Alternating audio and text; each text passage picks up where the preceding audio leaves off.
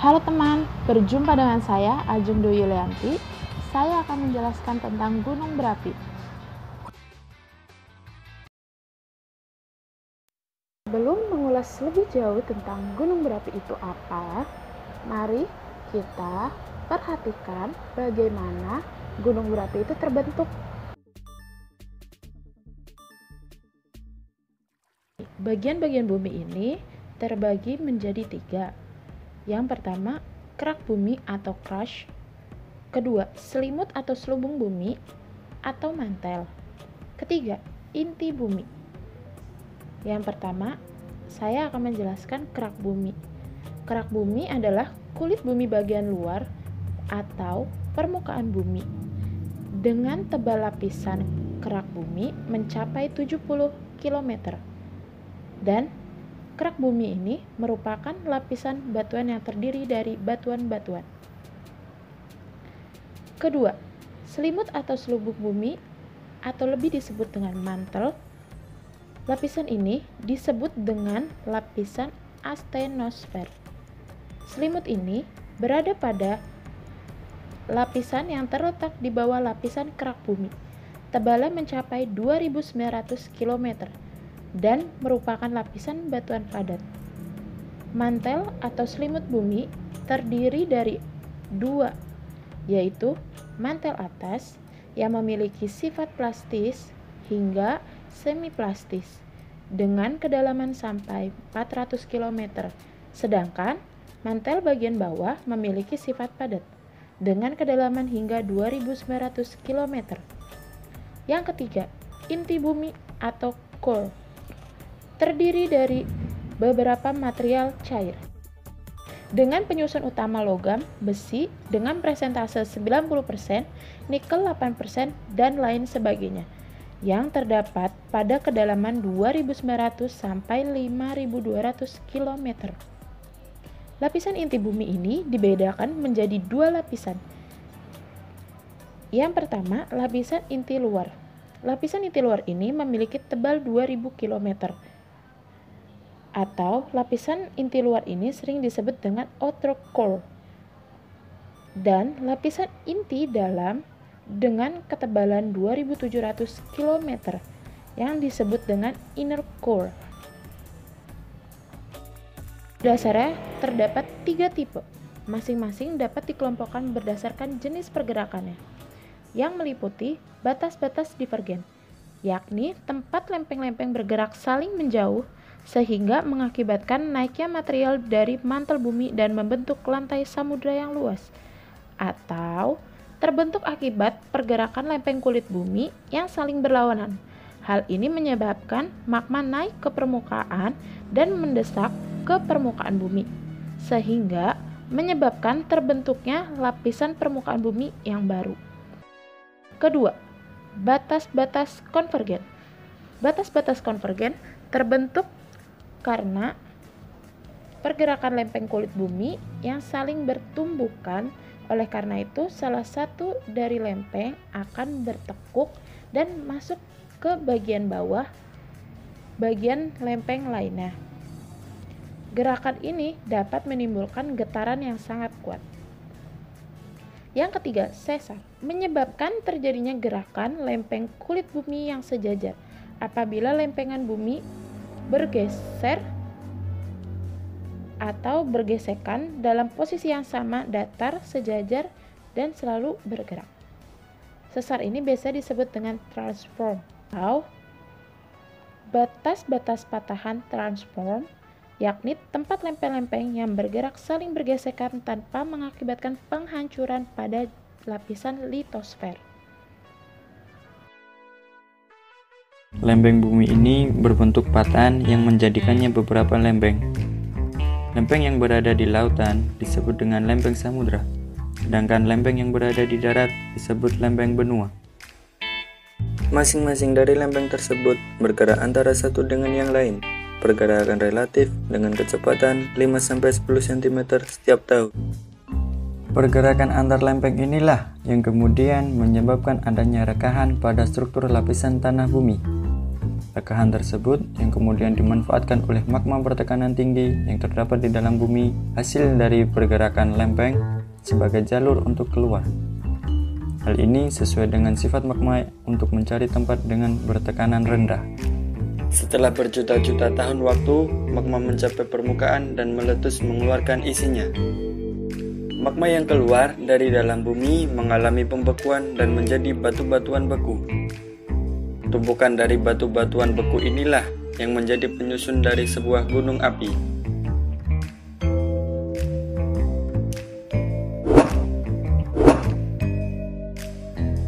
Untuk lebih jelasnya, kita ambil contoh di Indonesia. Indonesia memiliki 3 buah lempeng, yaitu lempeng India Australia, lempeng Eurasia, dan lempeng Pasifik.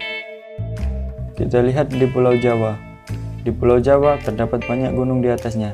Hal ini disebabkan pertemuan antara 2 lempeng, yaitu lempeng Eurasia dan lempeng India Australia. Lempeng Eurasia yang merupakan lempeng benua saling mendekati dengan lempeng India Australia yang merupakan lempeng samudra. Dikarenakan struktur lempeng samudra lebih lemah dibanding lempeng benua, mengakibatkan lempeng samudra menunjam ke bawah. Pertemuan kedua lempeng ini menyebabkan kondisi struktur tanah mengalami rekahan-rekahan. Magma yang terbentuk di dalam tanah akibat melelehnya batuan dalam tanah akibat pergerakan lempeng ini menekan melalui rekahan-rekahan tersebut. Magma tersebut terus mengalir hingga ke permukaan dan menjadikannya letusan. Magma yang telah keluar dan menjadi lava ini selanjutnya mengalami pembekuan menjadi batu-batuan beku. Batu-batuan beku inilah yang menjadi penyusun dari gunung berapi.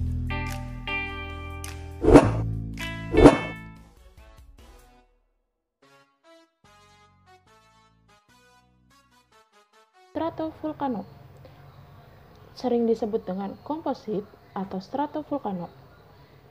Gunung api strato tercipta ketika ada perlapisan antara material piroklastik dan lava yang membentuk lereng gunung. Gunung api strato umumnya memiliki lereng yang terjal dengan kerucut simetris.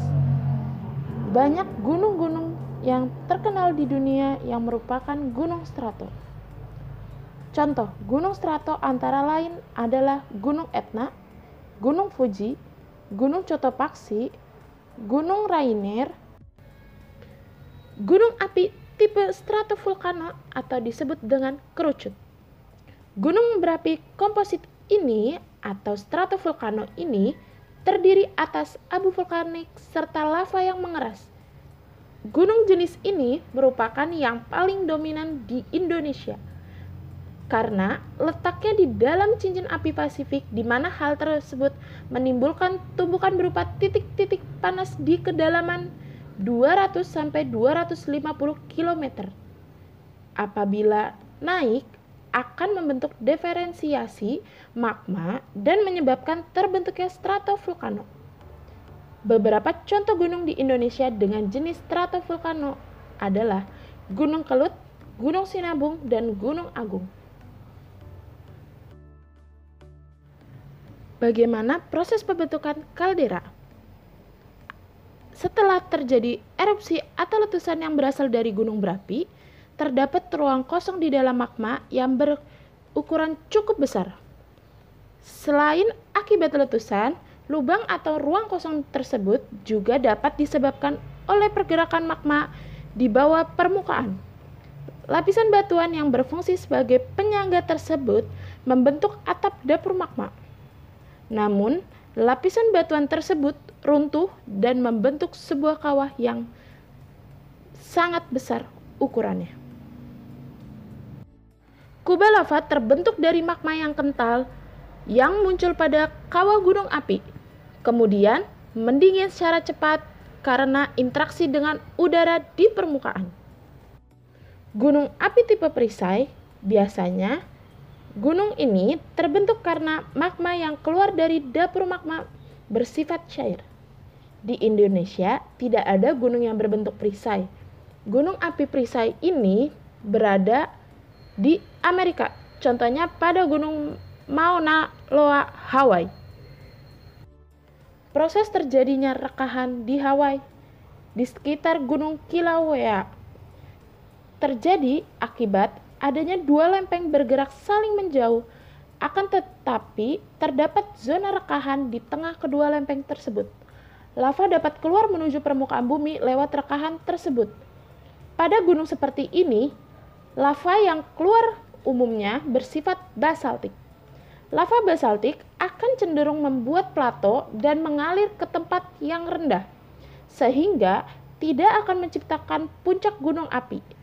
Hasil dari fenomena ini dapat dilihat di Irlandia, Skotlandia, Islandia, dan Greenland.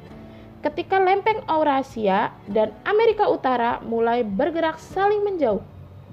Pendinginan lava yang lambat menciptakan bentukan kekar kolom yang dapat menjadi daya tarik wisata. Contohnya pada Giant's Causeway di Irlandia Utara. Gunung api Mar memiliki arti kawah. Mar ini muncul hanya dalam satu kali letusan, di mana setelah itu aktivitas vulkanis berhenti. Contoh gunung api tipe Mar ini berada pada Gunung Lamongan di Jawa Timur. Merupakan salah satu jenis gunung ini. Gunung dengan 60 puncak itu dikelilingi 27 mar yang garis tengahnya berkisar antara 150 hingga 700 meter. Tahun 1799 sempat menjadi tahun di mana gunung ini sangat aktif.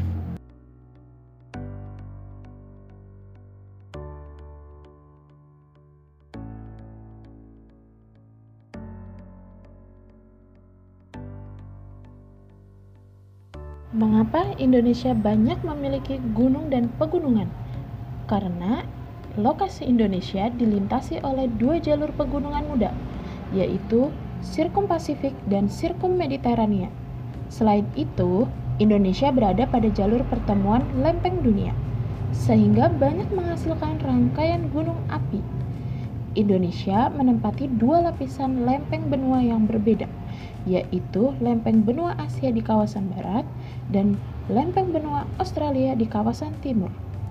Sirkum Pasifik merupakan rangkaian pegunungan di sekeliling Samudra Pasifik, berawal dari pegunungan Andes di Amerika Selatan, Rocky Mountain di Amerika Utara, Alaska, Kepulauan Alet, Kepulauan Kuril, Kepulauan Jepang, Taiwan, Filipina, Pulau Irian hingga Selandia Baru.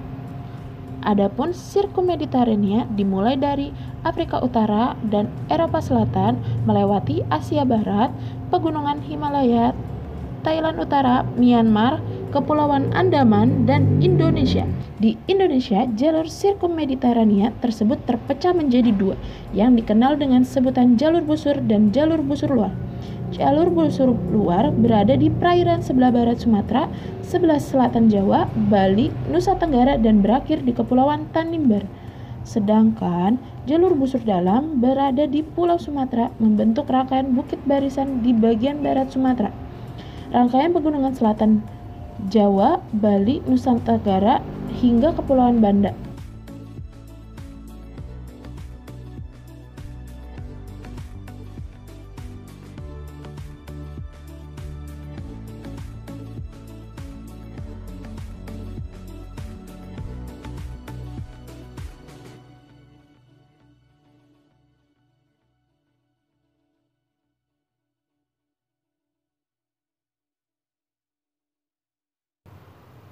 Tips hadapi bencana letusan gunung api. Apa yang harus dilakukan ketika gunung meletus sebelum, saat, dan sesudah? Ini adalah gambar yang sudah saya potong agar lebih jelas ketika dibacanya. Bentuk kearifan lokal di Bali yaitu menempatkan gunung dan laut sebagai kawasan suci. Hal yang terpikirkan selama ini mengenai kawasan suci terbatas pada keberadaan bangunan pura. Namun, jika dipahami dalam sudut pandang mitigasi bencana, penetapan kawasan suci merupakan bentuk upaya membangun kesadaran akan pentingnya pemilihan lokasi di dalam membangun pemukiman atau infrastruktur lain.